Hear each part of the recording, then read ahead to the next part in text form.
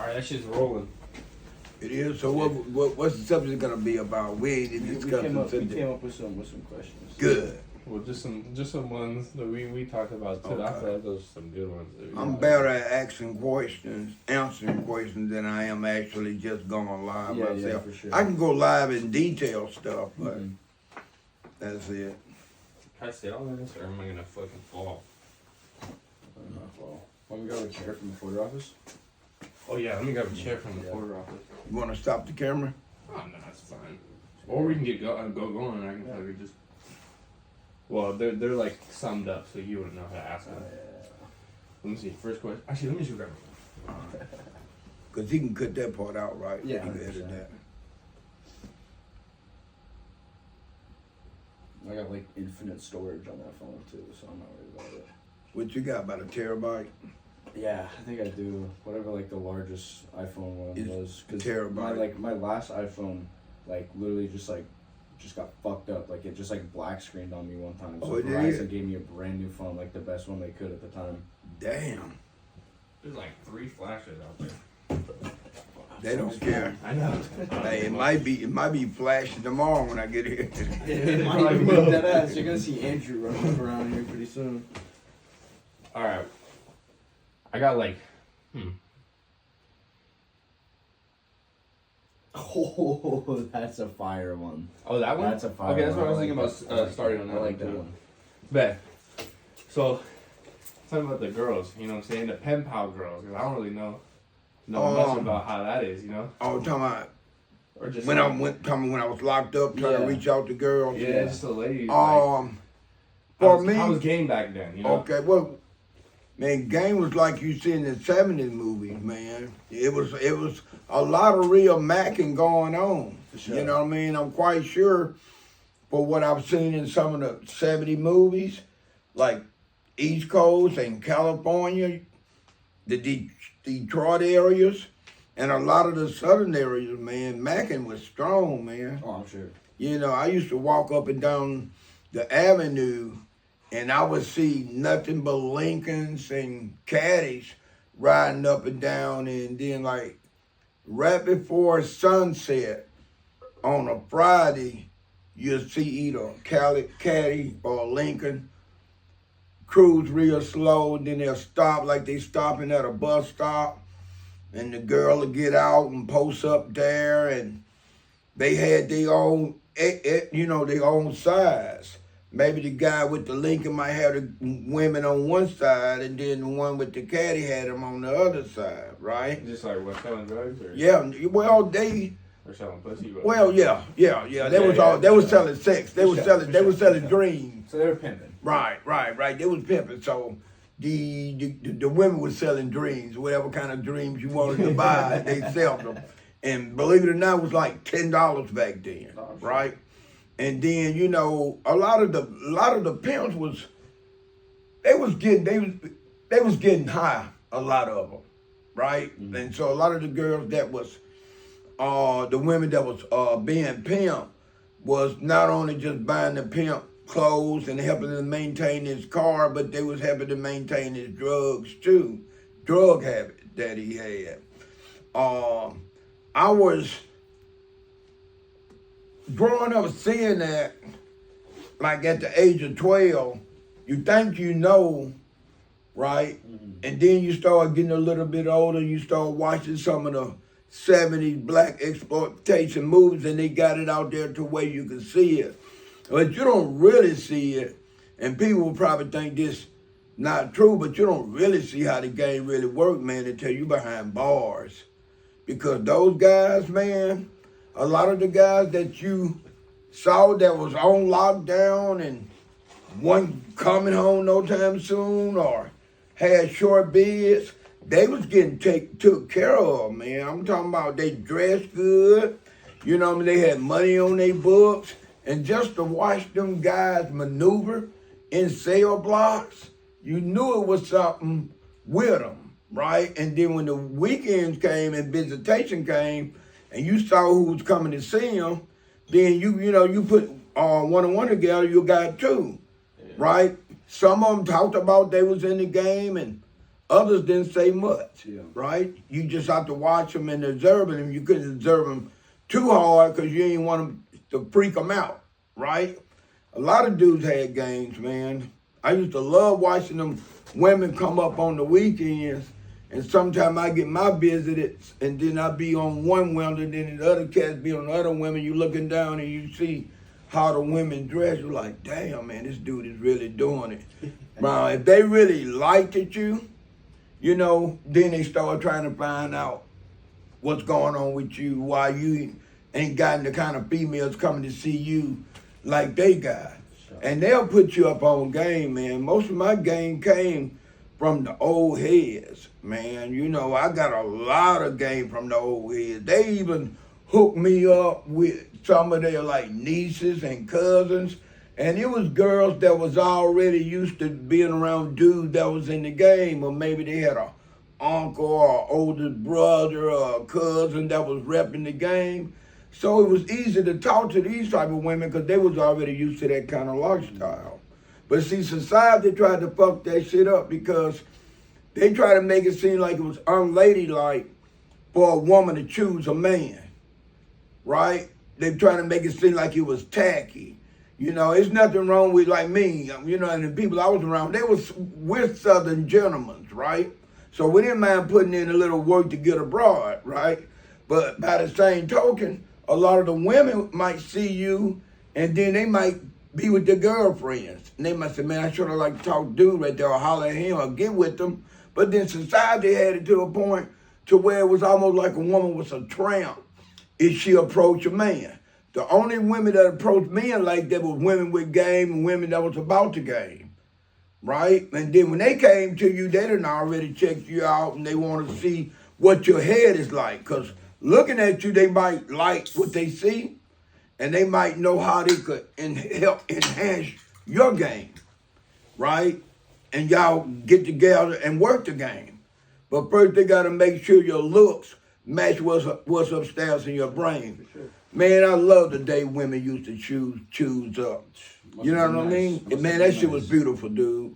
It was so damn beautiful to have a woman come up to you and just start talking to you, say she checked you out. You know the kind of game, man, men have to come to women with, and then a woman laying in the cut and trying to see if you corny or see if you are intellectual by the way you talking. That's where a lot of the women came. The ones that was about the game, the ones that wasn't afraid, right? And I liked that shit, man. That shit was cool, especially in the damn late 70s when I got free.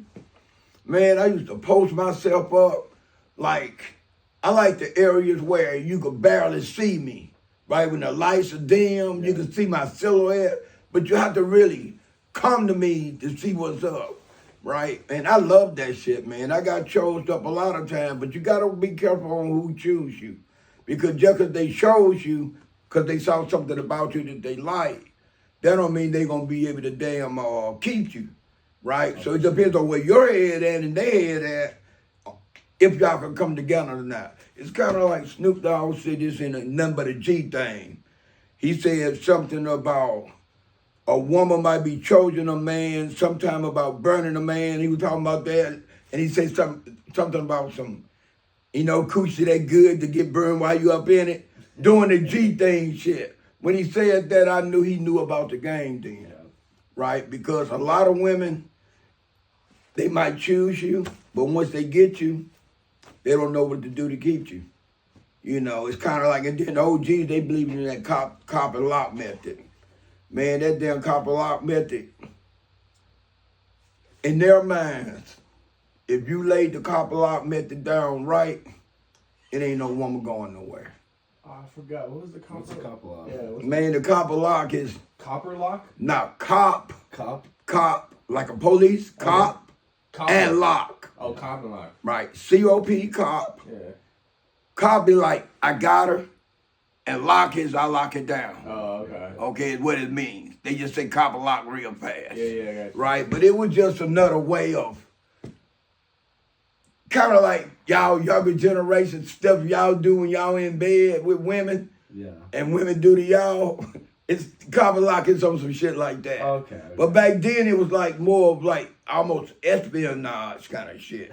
Because a lot of brothers, they wouldn't even let nobody know that they getting down like that. That was like they bedroom, like pillow talk. Oh, yeah. That was like they bedroom secrets on what they was doing in bed, and they got these women over here sprung. You think it's all about the game, and they got swag, but it's a little bit more than that.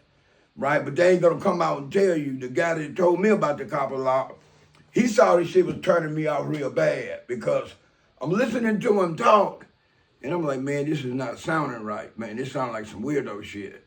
So then as he started talking, and he must have read my face, and he told me he was dreaming that shit. He told me everything I told you was a dream, and I woke up, is what he told me. And then several months later, I got to thinking about that shit. And I realized that he was trying to break the copper lock down to me.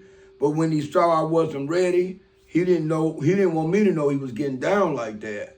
So he tell me it was just a dream. But what he was doing was trying to feel me out and see if I'm ready to know what it's all about yet. Right? There was a lot of that shit going on. You know, cat will show you his hand, and then when you see the hand, they'll try to act like that ain't what it's about, but that's what it's about, right? So you have to use your own mind to try to figure out is they being legit or not. But man, they had some hardcore players back then. I'm talking about guys that never worked a 9 to 5.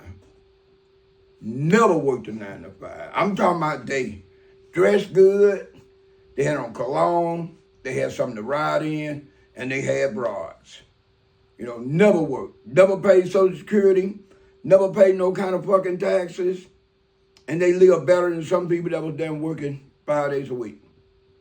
They made their money off the streets, man. So that was what a lot of people looked up to, huh? People that wanted to be like them. Yeah. Right? You're gonna always have people that like you got your church going, Bible thumping people.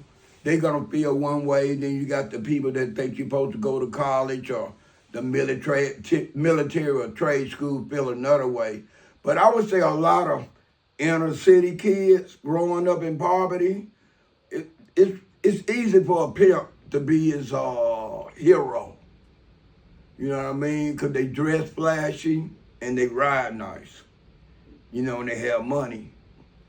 You know, it was one, we did business with him when I got my first summer job in 1974. And his name was Ricky Mack. He had 3 Cadillac sedans, sedan DeVille's. He used to make the run to Detroit on a regular basis, man. And this dude, you remember, I don't know if y'all remember Friday, Big Worm? Big Worm. Big Worm, he had his hair curled up like Big Worm, and he wore alligator shoes. The nigga jeans was so fucking tight, dude, I didn't even see how he get the fucking wallet out of his back pocket. And in one pocket, he had the snub nose. In the other pocket, he had a big-ass wad of fucking money. And you talking about polite. This dude was so damn polite. He was almost like a church boy. I remember my auntie would say, you know, it's hard to believe he working those girls. He's so damn polite and nice.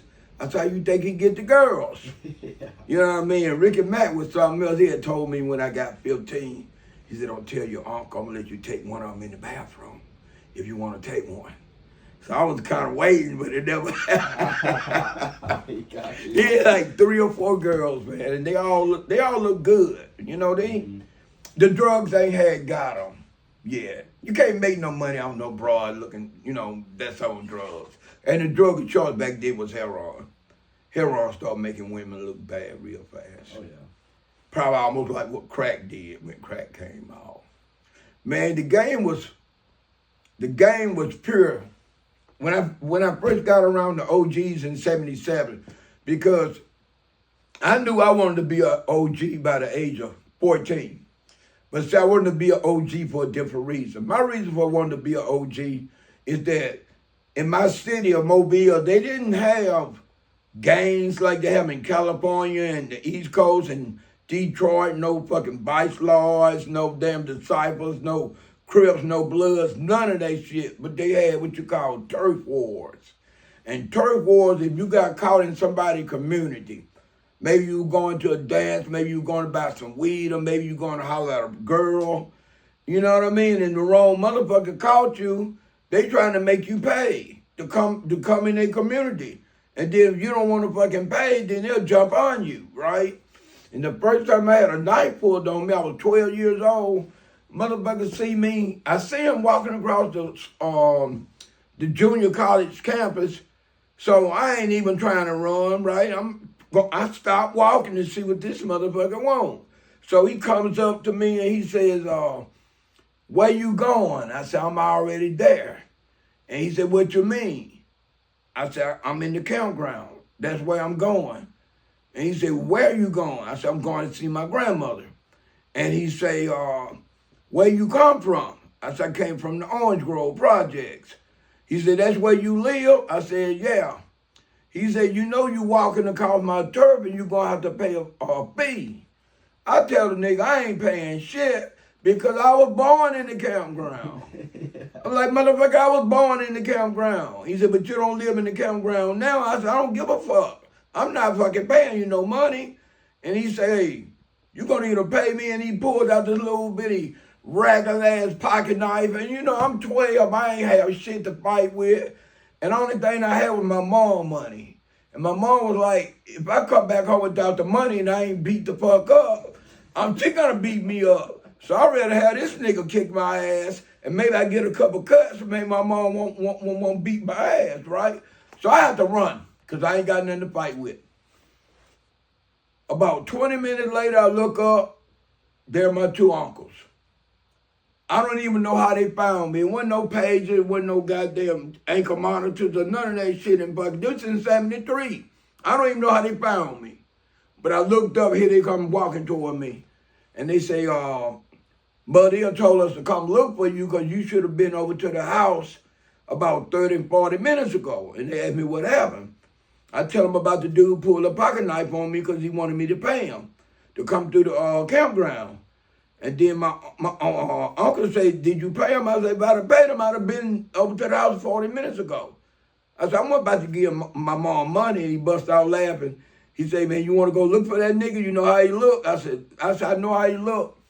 But nah, we're not going to look for him. And they say, so how you want to handle it? I said, I'm going to handle it. They say, how? I said, I don't know, but I'm going to handle it. My mom started giving me a goddamn allowance. About a week later, I went up to the corner drugstore. I had been in the drugstore before buying stuff for my mom. He had a revolving knife rack. You spin it, right? I walk over there. I don't even know if this man gonna let me buy the knife. I'm spinning it, and I see all these pocket knives. I said, I don't want no pocket knife. I kept spinning, and I saw a Tarzan Dutch knife about this long, came with a holster. I said, that's what I need. So I got the stuff my mom wanted. I got that pocket knife. I took it up to the counter, put it on the counter. He ringing his stuff up, and when he looked at me with the knife, I thought he was gonna tell me to put it back. He ranged it up. I put all that stuff in a bag. By the time I got to home, I already took the knife out.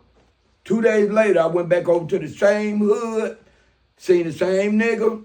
He pulled out that regular ass fucking pocket knife, and I lifted up my shirt, and he started bagging up, talking about he gonna give me without the knife. And I said, nigga, I'm gonna have this knife every time you see me. So I asked some older homies. I said, man, how these motherfuckers be going everywhere they want to go? I said, everywhere I go, I see these OG niggas, and nobody mess with them. He said, you said it, they OGs. They got a free pass. They go where the fuck they want to go. And that's when I said I want to be an OG. I want to be able to go the fuck wherever I want to go. Because a lot of the neighborhood had YMCAs and they had dance.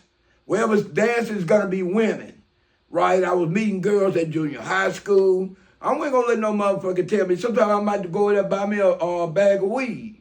I wasn't going to let no motherfucker, I ain't going to be paying out these motherfuckers, right? So I never had no problem with doing it again because every time he see me, I had like I was going to flash on him, but he didn't know I had got me a backup one. I had one back here. So now I got the one that he know I had right here. I had one in this back pocket. Man, I couldn't wait to put that shit down on that nigga. But hey, man, it never went down like that.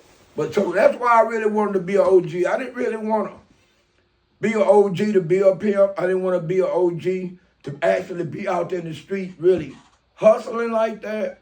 I wanted to be an OG if I could have the props to be able to go where the fuck I want to go. Because back then, I didn't have no car. I didn't even have a bicycle. So it was a lot of communities. Wherever your feet could take you, you could go. And you don't want everybody trying to fucking tax you. And then some of them cats, even though they might tax you, they still gonna beat you the fuck up. So I wasn't trying to get beat up by no goddamn body.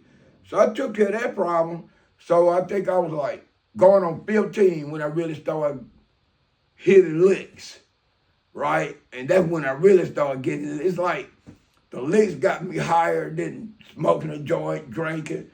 Man, by the time I was 15, licks got me higher than having sex.